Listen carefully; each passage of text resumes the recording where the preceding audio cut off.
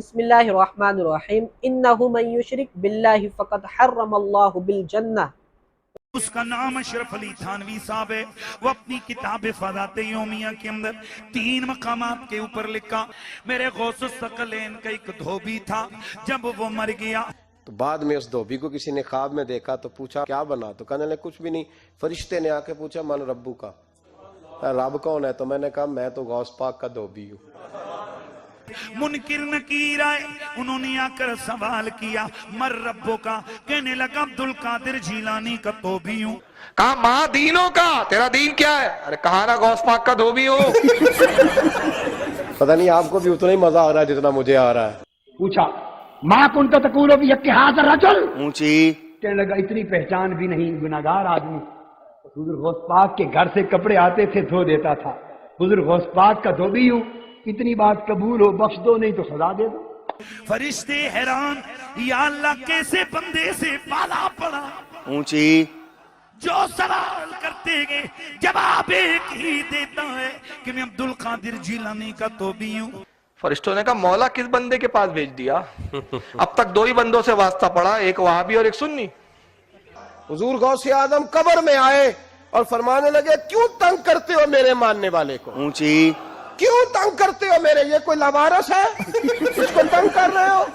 فرماتے ہیں حضور غوث اعظم نے فرمایا مجھ سے پوچھو کیا پوچھنا ہے، مجھ سے پوچھو۔ فرشتے کہنے لگے ہم پوچھتے ہی نہیں، ہم پوچھتے ہی نہیں، عبدالقادر جانے اور خدا جانے۔ اللہ تعالیٰ سورۃ الحق میں فرماتے ہیں آیت نمبر 43 میں وَلَوْ تَقَوَّلَ عَلَيْنَا بَعْضَ الْأَقَاوِيلِ لَأَخَذْنَا مِنْهُ بِالْيَمِينِ ثُمَّ لَقَطَعْنَا مِنْهُ الْوَتِينَ۔ اور اللہ تعالیٰ کہہ رہے ہیں کہ اگر سے بالفرض یہ نبی اپنی طرف سے کوئی جھوٹی بات منسوب کر دیتے یا تمہیں اپنی طرف سے کوئی پیغام دے دیتے تو ہم ان کی شہرک کاٹ دیتے۔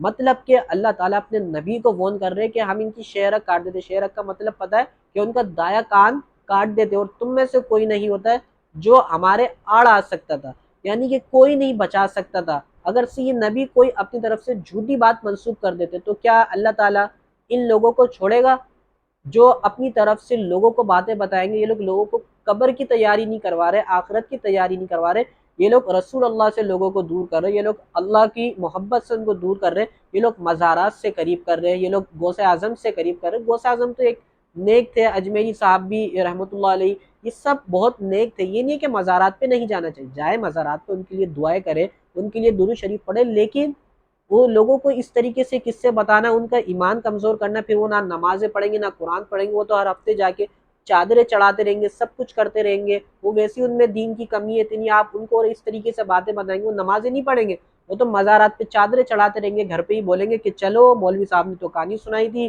کہ مر ربو کا ما دینو کا من نبیو کا، کسی کو نہیں پہچانا، اپنے رب کو بھی نہیں پہچانا، بس غوث اعظم کو بول دینا میں تو ہر ہفتے چادریں چڑھا کر آتا تھا، دیٹس اٹ، ختم، کچھ نہیں پوچھا جائے گا ہم سے۔ تو ایسا نہیں ہے بھائی۔ اور صحیح بخاری کی حدیث ہے کہ اللہ کے نبی نے فرمایا ہے کہ جب تم سے میت کو قبر میں اتارا جاتا ہے نا، یہ تو آپ کو کہانیاں سنا رہے کہ غوث اعظم آ کے بخشوا لیں گے، یہ تو ان کو پتہ چلے گا جب ان کو قبر میں اتارا جائے گا نا، ان کو پھر پتہ چلے گا ان کو آگے کون بخشوائے گا۔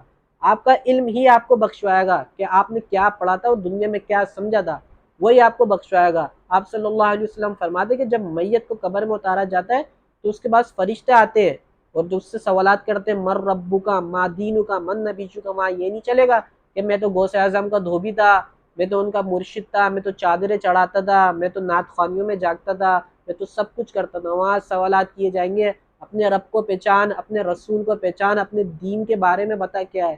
اور آپ صلی اللہ علیہ وسلم فرماتے کہ جو خاموش رہے گا نا، اس کے سوالات کے جوابات نہیں دے پائے گا، تو فرشتے اس سے کہیں گے کہ ہاں بھائی کیا معاملات ہے تیرے ساتھ، تو ہمارے سوالات کے جوابات کیوں نہیں دے پا رہا؟ ہم نے پوچھا مر ربو کا ما دینو کا من نبیچو کا، بتا ہمیں۔ وہ جب اس کے سوالات نہیں دے پائے گا نا تو فرشتے نا اس کو گرس مارتے، گرس، کوئی نہیں آئے گا وہاں آ کے بخشوانے، فرشتوں سے خود مقابلہ کرنا ہے آپ نے، اور آپ کے علم میں اس سے مقابلہ کرنا ہے، نہ غوث اعظم بھی نہیں آئیں گے بچانے آپ کو، وہ ایک گرس ماریں گے جس سے وہ میت جو بھی پوری خاک بن جائے گی، کوئی بھی اس کو آ کے نہیں بچائے گا۔ آپ نے اپنے آپ کو خود بچانا ہے قبر میں، وہ بھی اپنے علم کے ذریعے سے، کہ جتنا ہو سکے نا خود کو دین کو پڑھو، یہ تو آپ کو گمراہ کریں گے، یہ تو خود بھی گمراہ لوگے، آپ لوگوں کو بھی گمراہ کریں گے، اور آپ کو خود قرآن پڑھنے نہیں دیں گے۔ اگر آپ خود سے قرآن پڑھیں گے، حدیث سے پڑھیں گے، تو آپ ان کے پاس نہیں آئیں گے ایسی کہانیاں سننے۔ اگر آپ کا اتنا علم آ جائے گا تو ان کی فین فالوئنگ کم ہو جائے گی. تو جتنا ہو سکے دین کو خود پڑھو، دین کو خود سمجھو میرے بھائیو. یہ جب قبر میں اتارے جاؤ گے نا اس کا منظر الگ ہی ہے. پھر تم بولو گے اللہ تعالیٰ ایک موقع اور دے دے ہمیں دنیا میں جانے دے، میں سجدے سے سر نہیں اٹھاؤں گا. میں ان گمراہ لوگوں کے پیچھے بھاگ رہا تھا، میں مزارات کے چکر کاٹ رہا تھا، میں مسجد نہیں جا رہا تھا، میں تیرے رسول تیرے صحابیوں کی باتیں نہیں سنتا تھا. یہ تو مجھے ان میں الجھائے رکھا تھا کہ کچھ نہ کرو، صرف چادریں چڑھاؤ، مزارات پہ آ کے پھول برساؤ اور تمہاری بخشش ہو جائے گی. لیکن ایسا نہیں ہے.